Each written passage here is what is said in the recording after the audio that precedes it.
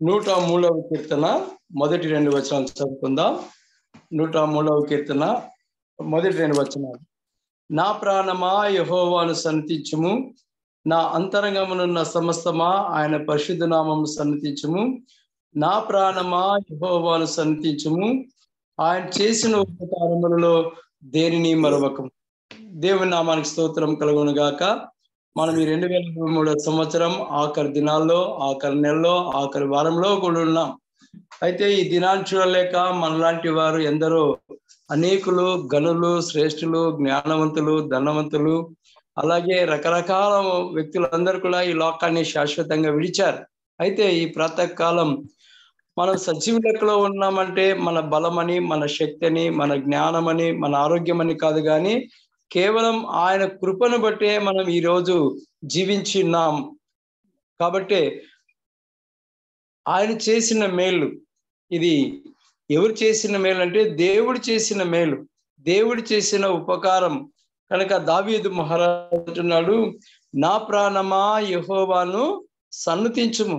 ప్రాణముతో చెప్తున్నాడు ఈ ప్రాతకాల సమయంలో, నా ప్రాణమా యెహోవాను సన్నిధించుము, నా అంతరంగమునున్న సమస్తమా. ఈ ఉదయకాల సమయంలో మన జీవితాల్లో సంవత్సరాలు జరుగుచుండగా, సంవత్సరాలు దాటిపోతున్నాయి, కానీ ప్రాణముతో, మన శరీరంతో దేవుణ్ణి గణపరచటం లేదు. కారణం ఏంటంటే ఈ లోకంలో ఉన్న మెడిసిన్స్ ని బట్టో, మందులను బట్టో, లేకపోతే డాక్టర్లను బట్టో మనం బ్రతుకుతున్నాం అనుకుంటున్నాం, కానీ ఇవన్నీ కూడా టెంపరవరీవే. కానీ దేవుడిస్తే, దేవుడు ఆశీర్వదిస్తే, దేవుడు మనల్ని ఆరోగ్యపరిస్తే మన దినాలు ముందుకు సాగిపోతాయి. కనుక దావీదు అంటున్నాడు, నా ప్రాణమా యెహోవాను సన్నుతించుము. ప్రాణముతో దేవుణ్ణి సన్నుతించవలసిన వారమై ఉన్నాం, ప్రాణంతో దేవుని స్తుతించవలసిన వారమై ఉన్నాం, ప్రాణముతో దేవుని గణపరచవలసిన వారమై ఉన్నాం. అందుకే మనం బైబిల్ గ్రంథంలో చూసుకుంటే లూకా సువార్త 12వ అధ్యాయం 17వ వచనంలో అక్కడ ఒక ధనవంతుని గురించి మనకు బాగా తెలుసు, ఆ కథలన్నీ కదా. నా ప్రాణమా, నా ప్రాణమా అనేక సంవత్సరములకు నీకు విస్తారమైన పంట పండి ఉన్నదని చెప్పి ఎంతగానో చెప్పుకుంటున్నాడు తన ప్రాణంతో. కాబట్టి ఆ ప్రాణముతో మాట్లాడుతున్న ఆ ధనవంతుడు లూకా సువార్త 12వ అధ్యాయం 17వ వచనంలో,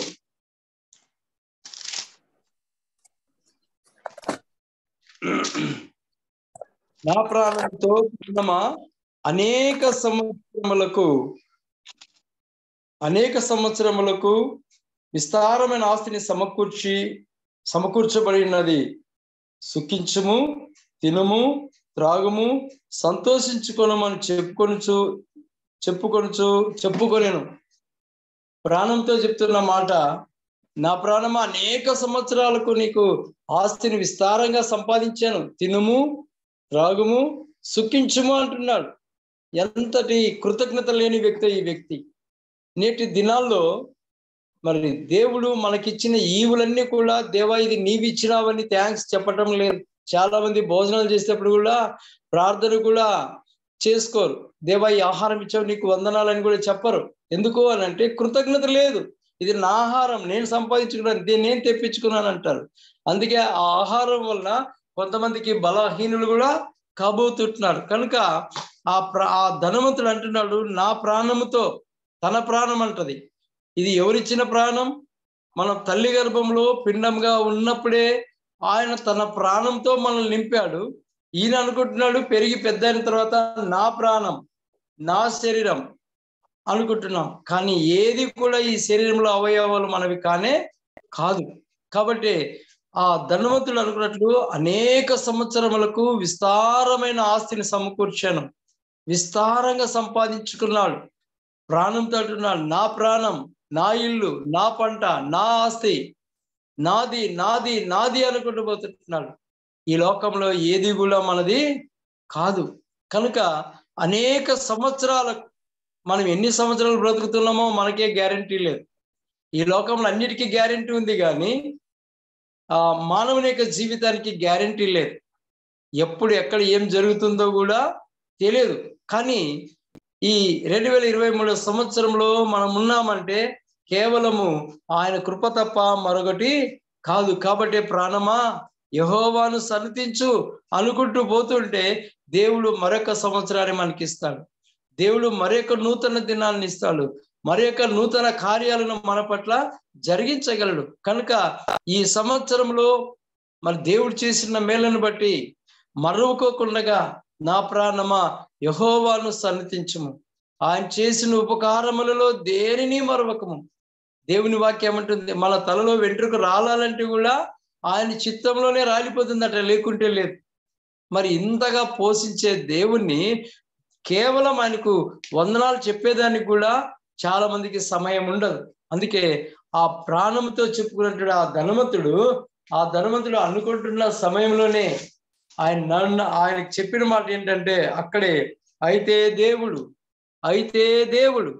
అక్కడ ఒక కొర్రి వచ్చింది. అయితే దేవుడు వెర్రివాడా, నీవెంతటి జ్ఞానవంతుడివైనా, ఎంతటి ధనవంతుడివైనా, ఎంత అందగాడివైనా, ఎంత పలుకుబడి ఉన్నవాడివైనా, ఎంత మంది మార్బలుగా ఉన్నవాడివైనా సరేగాక దేవుని ఎదుట వెర్రివారమే. అందుకే వెర్రివాడా, ఈ రాత్రి నీ ప్రాణం పోతే నీవు సిద్ధపరిచినవి ఎవరి మగను, నీవు సంపాదించుకున్నవన్నీ ఎవరి మగుతాయి? నీదే ప్రాణం, నీదే ఈ ఆస్తి, నీవే ఈ కొట్లు, నీవే ఈ ఇండ్లు, నీవే ఈ భూములు కాదు. ఈ ప్రాతకాల సమయంలో మన జీవితంలో సంవత్సరాలు జరుగుతున్నాయి కానీ కార్యాలు మాత్రము నూతన పరచబడటం లేదు. కారణం ఏంటంటే ప్రభువా ఇది నీవి అని అనుకోవటం లేదు. కానీ దేవుని కృపను బట్టి దేవుని పిల్లలమైన మనం, దేవుడు మనకు ప్రతి సహాయము చేసినాడని నేను అడిగిన సహోదరి రాణమ్మ గారు చెప్పారు సాక్ష్యం. దేవుడి జూమ్ కుటుంబంలోనికి వచ్చిన తర్వాత ప్రార్థన చేస్తుంటే దేవుడు నా పట్ల గొప్ప కార్యాలు చేశాడని. ఎంత మంచి మాట, సాక్ష్యం. దేవునికి కావాల్సింది ఏంటంటే దేవుడు చేసిన మేళ్లకు థ్యాంక్స్ చెప్పాలా, కృతజ్ఞత చెప్పాలా. సమాజంలో, సంఘంలో, కుటుంబంలో ఈ విధంగా ప్రార్థన గుంపుల్లో దేవునికి కృతజ్ఞతలు చెల్లిస్తుంటే మన జీవితం, మన ఆయుస్సు, మన ఆరోగ్యం ఇంకా అంచెలంచెలుగా ఎదిగిపోతుంది. వెర్రివాడా, ఆ ధనవంతుడు అన్నాడు, పెద్ద ధనవంతుడే, జ్ఞానవంతుడే, సమస్తమును కలిగిన వాడే, కానీ ప్రభు ఎదుట వెర్రివాడిగా మారిపోయాడు. ప్రభు దృష్టికి వెర్రివాడిగా ఉన్నాడు. వెర్రివాడా, ఈ రాత్రి నీ ప్రాణం పోతే నీవు సిద్ధపరచుకున్నవన్నీ ఎవరు వగుతాయి? ఈ ప్రాతకాలం మన జీవితంలో మనం దేవుడిచ్చినదని ప్రతి దానికి కృతజ్ఞత కలిగి జీవిస్తే అది ఎంతో మేలు, అది ఎంతో ఉపకారం దేవునికి తెలియజేసినట్లుంటున్నాం. కనుక ఈ ప్రాతకాలం ఆ ప్రాణంతో చెప్పుకున్న ఆ వ్యక్తి కృతజ్ఞత లేని వాడు ఆ రాత్రి తన ప్రాణాన్ని పోగొట్టుకున్నాడు. చివరికి అవి సిద్ధపరిచినవి ఎవరివైనవో తెలియదు. మరొక మాట చూసుకుందాం. అదే మత్తయి సువార్త 16వ అధ్యాయం 26వ వచనంలో, మత్తయి సువార్త 16వ అధ్యాయం 26వ వచనంలో చూసుకుంటే ఇక్కడ కూడా చక్కటి మాట ఉంది. ఒక మనుషుడు లోకమంతయు సంపాదించుకొని తన ప్రాణం పోగొట్టుకుంటే అతనికి ఏమి ప్రయోజనము? ఒక మనుషుడు తన ప్రాణమునకు ప్రతిగా ప్రయోజనము ఏమిటి? ఒక మనుష్యుడు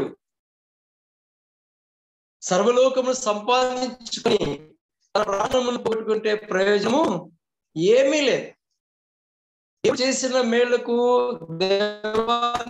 చేసిన మేళ్లకు సాగిపోతుంటే ఎంతో ఆనందదాయకం, ఎంతో వందనస్తులం. మనం కొరింథీయులకు రాసిన పత్రికలో చెప్పినట్లు సంవత్సరాలు మారుతున్నప్పుడు క్రొత్త ఏళ్ళు మొదలు పెట్టాను మన జీవితంలో అనుకుంటూ పోతున్నాం. కానీ పాత బుద్ధులు, పాత అలవాట్లు, పాత ఆలోచనలు, పాత యొక్క ప్రవర్తన మారటం లేదు. కానీ క్రొత్త ఏళ్ళు మొదలు పెట్టాను. యెహోవాను సన్నిధించుము, నా అంతరంగంలో సమస్తమా ఆయన పరిశుద్ధ నామమును సన్నిధించుము. ఆయన చేసిన ఉపకారములలో మరవకోకుండా వెళుతూ ఉంటే జీవితము కొత్తగా, ప్రవర్తన కొత్తగా, బుద్ధి కొత్తగా మారుతుంది. అప్పుడు జీవితంలో అంచెలంచెలుగా మనము ఎదిగిపోతాం. దేవుడు నిన్ను ఎక్కడ ఉంచాలో అక్కడ ఉంచుతాడు. కనుక ఈ ప్రాతకాలం క్రొత్త సంవత్సరంలోనికి వెళ్ళక మునుపు మన జీవితంలో ఆఖరి దినాల్లో ఉన్నాం, ఆఖరి గంటల్లో కూడా ఉన్నాం. కాబట్టి దేవుడు చేసిన మేళ్లను మరువకోకుండా, దేవుడు చేసిన మేళ్లకు కృతజ్ఞతాస్తులు చెల్లిస్తూ సాగిపోవలసిన వారమై ఉన్నాం. దావీదు రాజై ఉండి, దావీదు ధనవంతుడైంది, దావీదు అధికారం కలిగిన వాడైంది, దావీదు జ్ఞానం కలిగిన వాడైంది, దావీదు దేవుని చేత అభిషేకించబడిన వాడైనప్పటికీ దేవుని ఎదుట తను తాను తగ్గించుకొని, నా ప్రాణమా యెహోవాను స్తుతించు, ఆయన చేసిన ఉపకారములలో దేనిని మరొక. ఉదయకాలం ఈ సంవత్సరం అంతట్లో దేవుడు మన పట్ల, మన కుటుంబాల పట్ల, మన ఉద్యోగాల పట్ల, మన పిల్లల పట్ల ఎన్నో మేలు చేశాడు. చేసిన దేవునికి మనం ఏమిద్దాం? ఏడాది దూడలన్నా, వేలాది పొట్టేళ్లన్నా, వేలాది నదులంత విస్తార తైలమా, దాన ధర్మాల, గోదానాల, భూదానాల, విద్యాదానాల, అన్నదానాలు అంటే ఇవన్నీ కాదు. కానీ ఏమిచ్చి నీ రుణాన్ని తీర్చుకోగలం? ఈ ఉదయకాలం ప్రాణముతో ఆయన చేసిన ఉపకారములకు కృతజ్ఞతాస్తులు చెల్లిస్తూ, విశ్వాసాన్ని కాపాడుకుంటూ, ఆ విశ్వాసపు యాత్రలో సాగిపోతున్నప్పుడు దేవుని సువార్తను రోజుకి ఒకరికైనా మనం చెప్పుకుంటూ పోతుంటే అది ఎంత ఆశీర్వాదకరమో, ఎంత అద్భుతకరమో. ఎందుకు అని అంటే, దేవుని పిల్లలమైన మనం మన పనుల్లోనే దేవుని స్తుతించుకుంటూ సాగిపోతుంటే ఇంకా దేవుడు మనల్ని అంచెలంచెలుగా దీవిస్తాడు. కనుక ఈ ఉదయకాల సమయంలో మన జీవితంలో మనం ఆయన చేసిన మేలును మరువకోకుండా, నూతన సంవత్సరంలో మరి ఇక్కడ ఏం మారుతుందిలే, కేవలము సంవత్సరం మాత్రమే మారిపోతుంది, కానీ అంత అట్లనే ఉంటది. పాతవి గతించను, ఇదిగో క్రొత్తవాయనంటే మన ఇంట్లో ఉన్న పాతవన్నీ బయటకు పడేసి మళ్ళీ కొత్త కొనాలా, మళ్ళీ ఇక్కడ కొత్త ఇల్లు, పాత ఇల్లు గడిపి కొత్త ఇల్లు కట్టుకోవాలంటే కాదు. కానీ జీవితంలో మన హృదయం మార్చుకొని, హృదయ మార్పిడి. మనం రోజు వయసు పెరుగుతుందంటే జ్ఞానం కూడా పెరగాల, వయసు ఆలోచన విధానాలు కూడా పెరిగిపోతుంటూ దేవుని ఎదుట నమ్మకంగా జీవిస్తే బలా మంచి దాసుడు అనిపించుకొని ఆత్మీయ యాత్రలో సాగిపోతాం, విశ్వాసపు యాత్రలో సాగిపోతాం. కనుక ఈ ప్రాతకాలం దావీదు చెప్పినట్లు, నా ప్రాణమా యెహోవాను సన్నుతించుము, ఆయన చేసిన ఉపకారములలో దేనిని మరొకమని. అపోస్తలుడైన పౌలు తన పాత జీవితాన్ని వదిలాడు, పాత బ్రతుకును వదిలాడు, పాత మనసును మర్చిపోయాడు. కేవలం దేవుడు మాట్లాడిన వెంటనే తన జీవితం మారింది, తన బ్రతుకు మారింది, క్రొత్త జీవితం వచ్చింది. ప్రభు కొరకు తను తాను తగ్గించుకొని, తనకున్నదంతా కూడా పెంటతో సమానంగా ఇచ్చుకొని, నేను యేసుని వెంబడిస్తానని తీర్మానం చేసుకుని ప్రభు కొరకు ఆ పౌలు హతసాక్షిగా క్రొత్త జీవితంలో మరి ఏముందంటే, జీవన నా కొరకు జీవ కిరీటం దాచబడి ఉన్నదని విశ్వాసంతో ఆ పౌలు తన ప్రాణాన్ని ప్రభు కొరకు లెక్క చేయకుండా త్యాగం చేసి వెళ్ళాడు. తన ఆస్తిని, అంతస్తుని, సమస్తను విడిచిపెట్టి దేవుని కొరకు జీవించాడు. అందుకే నా ప్రాణమా యెహోవాను సన్నుతించుము. పౌలు చెప్తున్న మాట, నా ప్రాణము దేవుని సన్నుతిస్తుంది, నా ప్రాణం దేవుని గణపరుస్తుంది. చెరసాలలో అయినప్పటికీ, ఉపవాసములు అయినప్పటికీ, జాగరణములు అయినప్పటికీ, రాళ్ళ దెబ్బలైనప్పటికీ, తోలు తిత్తులు వచ్చినప్పటికీ ప్రాణమును ప్రభు కొరకు సమర్పించాడు. కాబట్టి తను తాను తగ్గించుకొని ఆ నూతన యెరూషలేములో చేరుకోవడానికి ఆ పౌలు విశ్వాసపు యాత్రలో నిరీక్షణతో సాగాడు. ఈ లోకంలో మనం ఏ రోజో ఒకరోజు చనిపోయేది మాత్రం ఖాయం. అందరూ పోతాం, ఒకరు వెనక ఒకరు వెళ్తాం. కానీ నిరీక్షణ కలిగిన వారమై ప్రభువును స్తుతిస్తూ ఆయన చేసిన మేలును మరువకోకుండా కృతజ్ఞతాస్తులు చెల్లిస్తూ పోతూ ఉంటే చనిపోయిన ఆ రోజు ప్రభువును చూస్తామనే నమ్మకంతో సాగిపోవలసిన వారమై ఉన్నాం. కనుక ఈ ప్రాతకాల సమయంలో మరియా కూడా మనని క్రిస్మస్ పండుగ చేసుకున్నాం. ఎలిజబెత్ మరియల సంభాషణలో అంటున్నది, నా ప్రాణము ప్రభువును గణపరుస్తున్నది. ఎంతటి మేలు, ఎంత అద్భుతమో! నా ప్రాణము ప్రభువును గణపరుస్తున్నది. ఈ లోకంలో మనుషులు గణపరిస్తే ప్రయోజనం లేదు, కానీ ఈ లోకంలో అధికారులు గణపరిస్తే ప్రయోజనం లేదు, కానీ ఈ లోకంలో అయిన వారిని గణపరిస్తే ప్రయోజనం లేదు, కానీ ఈ లోకంలో నాయకులు ఫోటోలు పెట్టుకొని గణపరిస్తే ప్రయోజనం లేదు, కానీ మన ప్రాణము ప్రభువును గణపరిచింది. ఎన్నిక లేని ఆ మరియకు, ఏ యోగ్యత లేని ఆ మరియకు, ఏ అర్హత లేని ఆ మరియకు, అనాథైన ఆ మరియకు ప్రభు ఎప్పుడైతే పరిశుద్ధాత్మ ద్వారా గర్భంలో ఉన్నాడో ఆమెకు ఒక ఘనత వచ్చింది.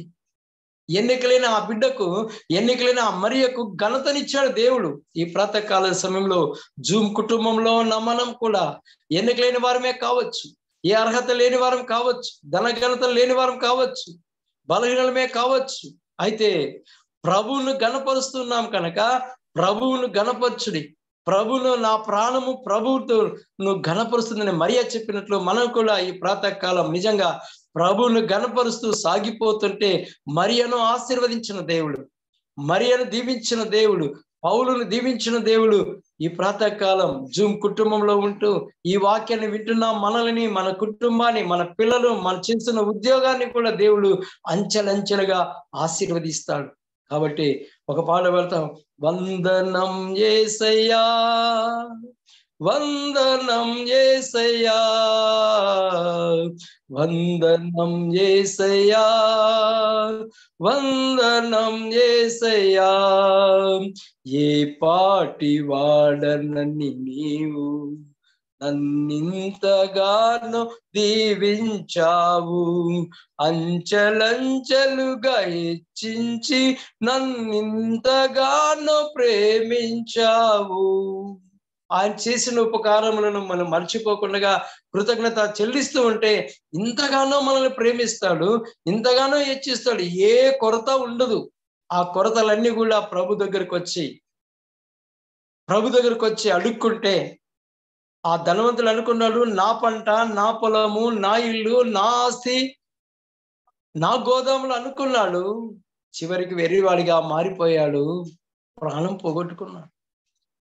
పౌలు సమస్తమును పెంటతో సమానంగా ఎంచుకున్నాడు, ప్రభు కొరకు జీవించాడు, నా కొరకు జీవ కిరీటం దాచబడినదని సాక్ష్యం ఇచ్చాడు. ప్రభువును గణపరిస్తే మన కొరకు జీవ కిరీటం ఇస్తాడు. ప్రభువును గణపరచుకోకుండా నేను నాది నాది ఆయాం అనుకుంటూ పోతే ఆంధ్రప్రదేశ్ ముఖ్యమంత్రి అంటాడు ఒక మాట, నా ఎస్సీ, నా బీసీ, నా ఎస్టీ, నాది నాది, అది నీది కాదు, అంత ఉత్తదే. కనుక ఈ ప్రాతకాల సమయంలో మన జీవితంలో మనం దావీదు వలె నా ప్రాణమా యెహోవాను సన్నతించుము, ఆయన చేసిన ఉపకారములలో దేనిని మర్చిపోకుండా ప్రభువుకు కృతజ్ఞులై ప్రభునందు విశ్వాసం ఉంచి ప్రభులో సాగిపోతుంటే ఇంకొక నూతన సంవత్సరాన్ని ఇస్తాడు.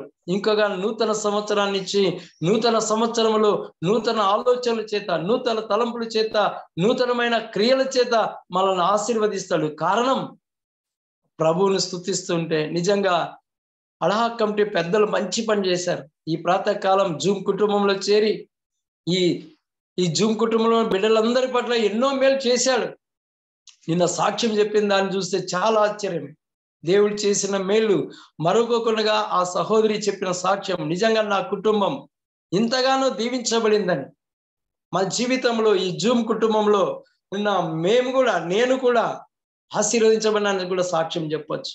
ఎందుకు అనంటే ప్రాణము ప్రాతకాలంలోనే లేచి ప్రాణముతో ప్రభుని స్తుతిస్తూ, ప్రభుని ఆరాధిస్తూ, ప్రభుని గణపరుస్తూ ఈ విధంగా దేవుని పిల్లలతో కలిసిపోవటం ఇంతకంటే గొప్ప భాగ్యం మరొకటి. కనుక దావీదు అంటున్న నా ప్రాణము ప్రభువును గణపరుస్తుంది. నా ప్రాణమా యెహోవాను సన్నతించుము, నా ప్రాణమా యెహోవాను స్తుతించుము, నా ప్రాణమా యెహోవాని గణపరచుము, ఆయన చేసిన మేలును మర్చిపోదని చెప్తున్నప్పుడు ఆ దావీదుకు మాట ఇస్తున్న దేవుడు వాగ్దానం చేస్తున్నాడు. పక్షిరాజు యవ్వనములే నీ యవ్వనము కృతదగుచున్నట్లు మేలుతో నీ హృదయం తృప్తి పరుస్తున్నాడు. ఎంత మంచి దేవుడో! నీవు చేసిన మేళ్లను కృతజ్ఞతాస్తులు చెల్లిస్తే నీ యవ్వనము కృతగా మారిపోతుంది. నీవు చేసే పనుల్లో దేవునికి తోడుగా ఉంటాడు. నీ ప్రయత్నములన్నింటినీ కూడా దేవుడు సఫలపరుస్తాడు. కారణం ప్రభువుని ప్రభువు చేసిన మేలును మర్చిపోకుండా ఘనపరుస్తూ సాగిపోవాల్సిన వారమై ఉన్నాం. నిజంగా మన అడహా కమిటీ పెద్దలు సేవకులను ఎంత ఘనపరుస్తున్నారంటే అంతగా ఘనపరుస్తున్నారు. సేవకులకు లోటు రాకుండా చూస్తున్నారు. సమయానికి ఈ విధంగా దేవుణ్ణి ఘనపరుస్తూ ఉంటే దేవుడు ఈ కమిటీని కూడా అంచెలంచెలుగా ఆశీర్వదిస్తాడు. ఎన్ని ఇబ్బందులు వచ్చినా, ఎన్ని ఆటంకాలు వచ్చినా, ఎన్ని శోధనలు వచ్చినా, ఎన్ని ఎదురొచ్చినా వాటన్నిటి మీద దేవుడు విజయాన్ని ఇచ్చేది దేవుడే. కాబట్టి ఈ ప్రాతకాల సమయంలో నూతన సంవత్సరంలోనికి అడుగులేక మునుపు మన జీవితాల్లో, మన కుటుంబంలో కానీ, మనం చేస్తున్న పనుల్లో కానీ, వ్యాపారాల్లో కానీ, పిల్లల విషయంలో కానీ దేవుడు చేసిన మేళ్లకు పెద్దలంగా, కుటుంబస్తులుగా, తల్లిదండ్రులుగా, సేవకులుగా ఆయన చేసిన మేలును మరువకోకుండా మరి ప్రాణంతో స్తుతించినట్లయితే పక్షిరాజు యవ్వనములే మన యవ్వనాలు కూడా మేలుతో తృప్తిపరచబెడతాం. మేలుతో తేలుతో కాదు. తేలుని పట్టుకుంటే ఏమవుతుంది? ఈ మధ్యలో తేలు కూడా కనబడుకోకుండా పోయినాయి, వాటిని చెప్పుతో కొడతారని. కానీ ఈ ఉదయకాల సమయంలో తేలు నైనా కనబడతలేదు, తేలు కూడా కొడతారని, చెప్పుతో కొడతారని. తేలు లాంటి మనుషులు కూడా దూరంగా అయిపోయారు. దేవునికి స్తోత్రం. కాబట్టి ఈ ప్రాతకాల సమయంలో దేవుడు మన పట్ల రాబోతున్న 2024 సంవత్సరంలో మేలులు చేయాలని, మేలులతో మనం తృప్తిగా ఉండాలని, మేలులతో ఆశీర్వదించబడాలని, మేలుతో జీవించాలని, ఆరోగ్యంగా జీవించాలని, అంచెలంచెలుగా ఎదిగిపోవాలని కోరుకుంటున్నాడు. కనుక ఈ 2023 సంవత్సరంలో చేసిన మేలును జ్ఞాపకం చేసుకుంటూ 2024లో అడుగు పెడితే ఇంకా దేవుడు అంచెలంచెలుగా మనల్ని ఆశీర్వదిస్తాడు, దీవిస్తాడు, ఆరోగ్యాన్ని ఇస్తాడు, పోయినవన్నీ తిరిగి సంపాదించుకుంటాం. కాబట్టి ఈ ప్రాతకాలం ఒక దావీదు వలె, ఒక పౌలు వలె, ఒక మరియ వలె మన ప్రాణములతో ప్రభువును ఘనపరుస్తూ ముందుకు సాగిపోదాం.